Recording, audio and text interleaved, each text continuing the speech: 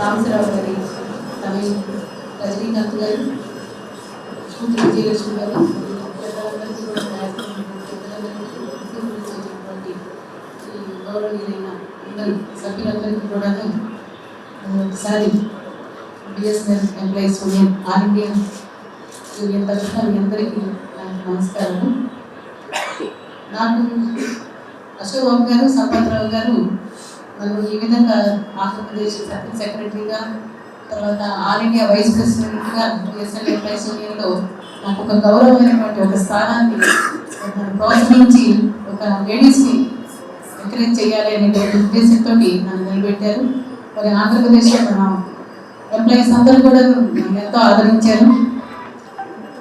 నేను చాలా ఇన్స్పైర్ అవుతాను అశోక్ బాబు గారు, తర్వాత సంపత్రావు గారి యొక్క ఈ యూనియన్లో వారు చేస్తున్నటువంటి పోరాటాలకి, వారి వే ఆఫ్ టాకింగ్, వారి way of approach to employees. ఏదైనా ఒక సమస్య వచ్చినప్పుడు మేనేజ్మెంట్తో మాట్లాడే తీరు,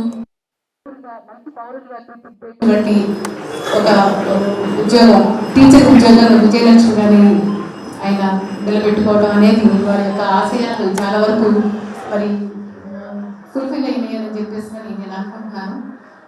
మీడియా కూడా టీవీలో నిష్పక్షపాతంగా ఉంటుంది, మనందరం చూస్తున్నాము.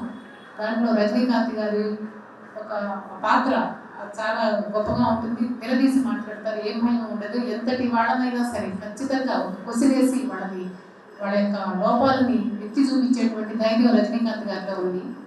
సంవత్సరం గారి అబ్బాయి అన్న తర్వాత ఇంకా మరి ఎక్కువగా నేను గమనించడం జరిగింది. చాలా సంతోషంగా ఉంటుంది నాకు చూసినప్పుడు. నేను మా ఇంట్లో వాళ్ళకని ఎవరికైనా కానీ మా కామ్రేడ్ సాంబశివరావు గారి అబ్బాయి రజనీకాంత్ అని చెప్పేసి చాలా గొప్పగా చెప్పుకోవడం అనేది నాకు చాలా గొప్పగా గర్వంగా ఉంటుంది. ఏవైనా వాళ్ళ యొక్క ఆశయాలతోటి మరి తరం నిన్ననే మనం ఈ నెలలోనే కేజీ బోస్ గారి 150వ వర్ధంతిని జరుపుకున్నాము.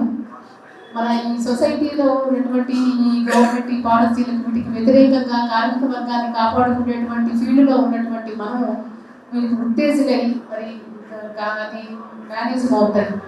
ఈ పెద్ద వాళ్ళందరూ కూడా మేధావులందరూ కూడా తరలిపోతున్న ఈ తరుణంలో మళ్ళీ మనం కొన్ని ట్రేడ్ యూనియన్ క్లాసెస్ కండక్ట్ చేసుకుంటూ మరి వీరి యొక్క స్ఫూర్తిని మనలో నింపుకుంటూ నెక్స్ట్ తరాల వాళ్ళకి కూడాను మరి మన యొక్క స్ఫూర్తిని అందిస్తూ ఇది ఒక నిరంతరమైనటువంటి ఒక జీవనదిగా ఈ పోరాటాలు సాగాలని, మన సొసైటీని మనం పౌరులుగా రక్షించుకోవాలని, ఈ పోరాటాన్ని నెక్స్ట్ జనరేషన్ కూడా మనం అందించాలని అనుకుంటాము. అదేవిధంగా పాప లాస్య కూడా మంచి ఫీల్డ్లో మరి ఉన్నది. తాతగారి పేరు నిలబెట్టాలని మా బ్లెస్సింగ్స్ ఎప్పుడు మీకు ఉంటాయమ్మా. చక్కగా తాతగారి పేరు నిలబెట్టేటువంటి ఒక మంచి ఇది ఎన్నుకున్నావు నువ్వు. ఏ సాఫ్ట్వేర్గా వెళ్తూ ఉంటారు పిల్లలందరూ ఇప్పుడు. అలా కాకుండా నువ్వు మంచి ఒక ప్రవృత్తిని, ఒక వృత్తిని ఎన్నుకోవడానికి ఒక చదువులో ఉన్నావు. చక్కగా నువ్వు బాగా మీకు అవ్వాలని, నీ ఆశయం బాగా పైకి రావాలని చెప్పేసి నేను కోరుకుంటున్నాను. నాకు ఈ అవకాశం వచ్చిన జనరేషన్ నేతాజీ గారికి కృతజ్ఞతలు తెలియజేస్తూ ముగిస్తున్నాను.